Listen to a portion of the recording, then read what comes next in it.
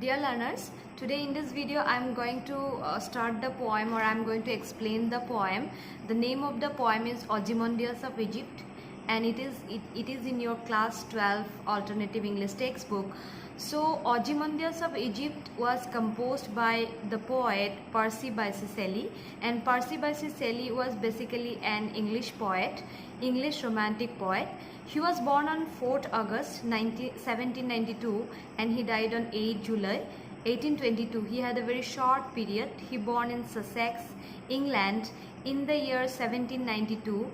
He was one of the major English poet, and many critics often refer him as one of the finest lyric poet. He is considered as one of the finest lyric poets England has produced till time.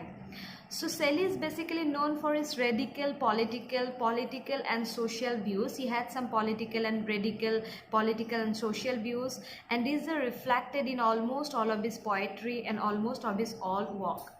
Then his opinions on the monarchy and authoritarian rule in England is expressed in his Mask of Anarchy. It was published in the year 1819. So that opinion for the monarchy, he had the discomfort regarding the monarchy and authoritarian rule of England. Then it was published in it was there in the Monarchy of Anarchy that was published in the year 1819. Then his desire for social change is also expressed in Queen Mab 1813. It was published, as well as the Revolt of Islam. It was published in the year 1818. Then but Shelley is best known for his Odaic poem. Ode means is an address. Ode means is an address, and there are so many poems he addressed to all the things, all the natural objects, and that's why these are the address, kind of address, and his poems are very famous, like Ode to the West Wind. He was addressing to the West Wind. So to a skylark, Ode to a skylark. Skylark is a bird. So Ozymandias was a famous poem, The Cloud, Adonais, When Shop Voices Die. Then his major works include The Sanshi. It was published in the year 1819, and Prometheus Unbound. It was very much famous. It was published in the year 1820. Shelley belonged to a very group of visionary poets, writers, thinkers. Included among the poets other poets like his wife Mary Shelley, Leigh Hunt, then Thomas Love Peacock, then Lord Byron. All were his contemporary poets, and he were among the all visionary poets of England. So after that, in fact, in the early years of his life, is greatly influenced by the radical ideologies. Those were the radical social and religious ideologies of William Godwin. William Godwin was the father of Mary Shelley. Later, he became his father-in-law. Though the present political system or the situation of England, yes, often disturbed that contemporary time, in that particular system of England, he's disturbed him a lot. But he cannot. There was a note he wrote about the radical social and political changes, but there was a note of optimism in almost all his poetry, or almost all his poems, and that optimism means one who looks the bright side of life, one who sees the bright side of life, and that was reflected one of his most famous poem that was named as Ode to the West Wind, and the line goes like that: if winter comes, can spring be far behind? That means if sadness is there, then happiness will also come. Happiness cannot be far off sadness. So winter here implies, or winter here signifies, those sadness and sorrows and sufferings. If sadness and sorrows are in our life, then also happiness will be there. The happiness cannot go far from the sadness. So if winter comes, can spring be far behind? Later it was also translated into many languages. It was also translated into Assamese also. So Ode to the West Wind, in that particular point, that highest note of optimism was there, and you will get a positive note, a positive reflection in all the poems of Shelley. So Shelley died in the year of 28 July 1822. He died at a very early age. In Italy, he died in the year 1820. Now we are going to discuss the poem. So what happened? Ozymandias of Egypt. So Ozymandias was a powerful king of Egypt, and what did happen? There are two stanza only. in the poem. So what happened, the poem goes like that: I met a traveler from an antique land. So here the speaker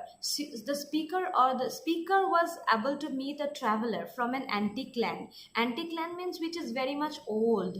It is an antique, or which is something that is very old, something that is ancient. So he met a traveler from an antique or very old land, who said, that particular traveler, he was a traveler, that's why he said, so he was saying the fact, two vast and trunkless lacks of stones. He could able to, the traveler was speaking to the speaker, that he could able to see there were two vast legs and trunkless legs.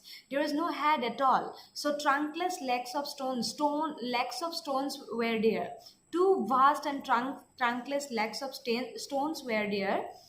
Those were standing in the desert. So what happened, the traveler told the speaker that he made so he could able to see, he was coming from an antique land, and that was the Egypt itself. So he could able to see two vast legs of stone and trunkless legs of stone. Those were standing in the desert. So what happened, near on the sand, near them on the sand, half sunk. The half sunk is a shattered Vishes lies. Vishes is a kind of face. Vishes is face. So a shattered means a broken face was there. A broken face was there that lies near the trunkless or legs of stones that is standing on the desert, whose frown and wrinkled lip and sneer of cold comment. So whose frown, that particular face was bearing a frown gesture. Okay, and wrinkle lip means, a wrinkle means faded type of or dying kind of lips were there. So sneer of cold common here implies that particular face or the lips was as if those were commanding something. Those were giving a sneer of cold command means that means that particular face was bearing a particular gesture, from which you can understand that the particular face was bearing a command that is very cold, that is very brutal actually. So after that, tell that its sculpture well those passions read.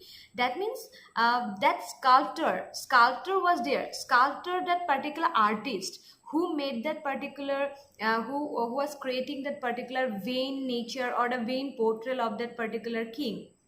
So tell its sculptor means tell its artist who well those passions read means he could, that means in the line that the traveler was telling to the speaker, he was saying to the speaker that the sculptor or that particular artist could able to read the passions of the very art. He could able to read the very passions of the art. That means he could able to read the patience of that particular king, which yet survived. And yet survive is that artist, the greatness of the art was surviving there. Okay, stamped on those lifeless things means that that statue was completely lifeless, but still there was that the life condition of the life things of the art was there. So that was surviving, the greatness of the artist or the greatness of the sculptor was surviving there. The hand that mocked them means the hand of the artist was mocking them, mocking that particular art. And the heart of the artist got fade because he was trying to create the vain nature of the art, that particular king. And king was not more than or nothing but that Ozymandias. Okay, all right. And on the pedestal, so that was the first stanza.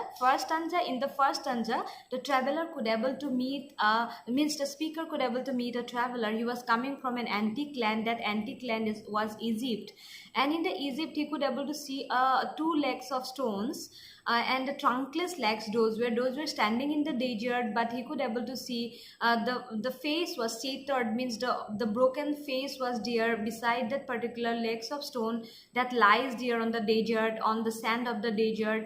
And that face was bearing a frown. Frown means like a kind of hatred, a gesture of hatred. Huh. And it was also the mouth, the face, the lips was as if the lips were commanding something cruel. That's why cold sneer. Sneer or cold command means they were commanding, but that was very cold. That was very cruel.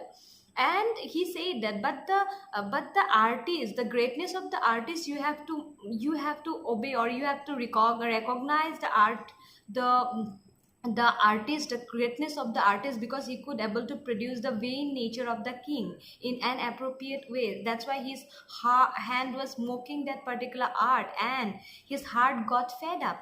That was happening. So in the second stanza, and on the pedestal this watch appeared. There was a pedestal. Pedestal means that particular form, that that base, that foundation was there. From the foundation that the statue was erected, the statue was created, right?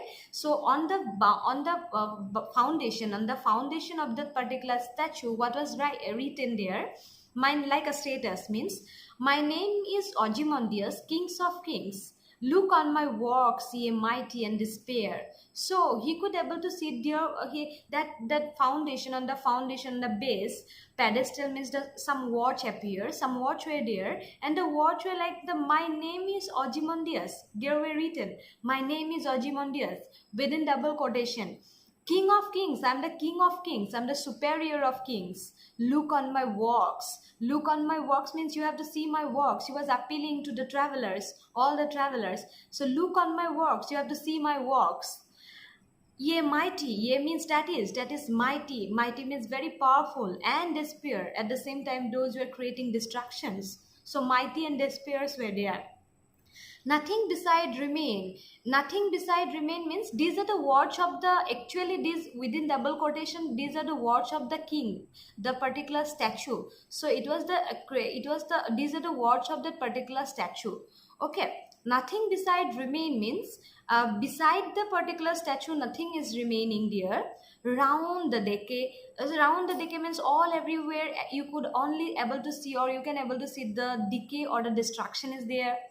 Of that colossal rack is the heap of fragmented pieces of the statue. So some heaps of those particular stones material or the statue were there. Fragmented means broken kind of statue was there.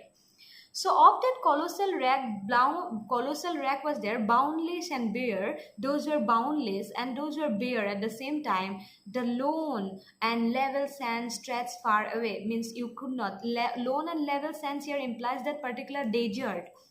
Right, in the desert, they could not able to. That was completely lone. The desert was completely lone, and level sands means you could not see the last number of the desert. The infinite number of desert was there. So he could able to far away. You can only able to see the level sands, means you can able to say the level of the sands, but you cannot able to see the last of that particular desert, means it was infinite sands were there. So amidst that, the wreck or the fragmented broken parts of the statue was lying there. Nothing beside remain, but the thing is there, you only could able to see the broken statue of the broken parts of the statue, but those words were there. Those words appeared in the foundation, that my name is, this word implies proud vanity, or the vanity of power, like my name is Ozymandias. In a very proud and powerful way he was appealing all the travelers. That was there actually. So here it mentions that the poet was implying he may be powerful, that particular king was powerful at that time during his kingdom, but nothing remains there. Proud, vanity, everything went off. But the thing is there, the artist, the greatness of the artist was there, because that he could able to produce, the artist or the sculptor could able to produce the minute or the vein, everything in detail. He could able to reproduce he could able to reproduce the every characteristics of the brute king of Ozymandias. That was it. So summary is there. So I'm going to, in the next video I may also discuss the summary for your better understanding. It is long here, so I'm summing up here. Thank you for watching.